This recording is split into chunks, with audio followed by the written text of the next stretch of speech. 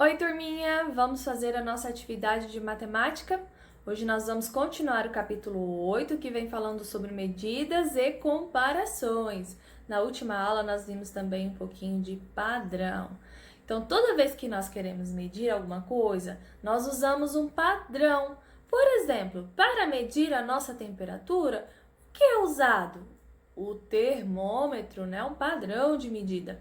Para medir a nossa altura, é usado o quê? Uma fita métrica, nossa altura é medida em metros e centímetros. Para medir o horário, a hora, o que usamos? Usamos o relógio. Então, nós temos padrões de medidas, né? Que nós usamos de acordo com a situação necessária, né? Hoje a nossa atividade vão ter dois momentos. Primeiro momento, a professora já realizou com aqueles que conseguiram participar pela aula Zoom, a página 116, é esta daqui. Mas quem não conseguiu participar da aula Zoom, não tem problema, a professora vai realizar aqui com vocês agora, tá? E o segundo momento, vocês vão realizar com o responsável que tiver aí com vocês, com o papai, com a mamãe, com o tio, a vovó, quem puder ajudar, tá? Vamos realizar primeiro o primeiro momento, que é a atividade no livro, e em seguida a gente realiza a nossa atividade prática. Vamos começar? Na página 116, nós vamos realizar a leitura deste texto, realizar o exercício 2 e ler a informação do clique. Muitos padrões de medidas eram utilizados tendo como referência partes do corpo, como o pé, a mão e o polegar, por exemplo. Para evitar tanta confusão, decidiram padronizar as medidas, isto é, fazer com que todos medissem as coisas da mesma forma. A professora já falou para vocês, né? Que antigamente eles usavam pé, mão, né? Então dava muita confusão, porque nem todo mundo tem o pé, a mão, o polegar do mesmo tamanho. Então sempre dava medidas diferentes e isso causava confusão. Nós temos aqui, ó, essa imagem, né? Com balãozinhos de fala. Vamos ler aqui o que está escrito. Nessa plaquinha está escrito vendido. E aqui nós temos duas pessoas. Vamos ver o que esta está falando e o que essa está falando. Este terreno tem 90 pés de largura. Daí esse moço diz: tem certeza? Eu paguei por 100 pés de largura. O que aconteceu aqui, crianças? A pessoa que mediu por primeiro, o pé dela provavelmente era maior, deu 90 pés só, né? E a outra pessoa que mediu deu 100 pés, então provavelmente o pé dessa pessoa era menor porque deu uma medida maior. Então, viu que confusão? Ele tinha comprado um terreno que tinha 100 pés, mas na verdade o outro mediu e deu 90 pés. Então gerava muita confusão, porque às vezes você falava que algum terreno tinha uma medida ou outra coisa tinha uma medida, e quando a pessoa ia medir com o pé dela, nunca dava a medida igual, né? Tinha muita confusão. No exercício 2, circule o padrão ou instrumento de medida escolhido em cada cena. Vamos realizar o exercício 2, então. Letrinha A. Olha esse menino aqui. Ele está medindo a distância de uma trave até a outra. Qual é o padrão de medida que ele está usando? Ele está usando a mão? Ele está usando o polegar? Ele está usando uma fita métrica ou o pé? Se vocês observarem, vocês vão ver que ele está usando o pé como padrão de medida. Então, vamos circular o pé. Na letrinha B, temos aqui esse homem olhando para o relógio, temos o balãozinho de fala que ele está dizendo: vou chegar pontualmente. Qual é a medida padrão que ele está usando? Qual será? Nós temos aqui um calendário, um relógio, um termômetro e uma jarra. A medida de tempo que ele está usando como padrão é o quê? O relógio, né?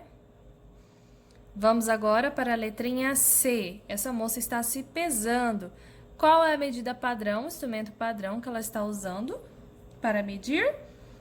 Temos o pé, temos a fita métrica, uma balança e parece um copinho de medida, acho que é um jarrinho de medida, né? E qual será que ela está usando como medida padrão aqui?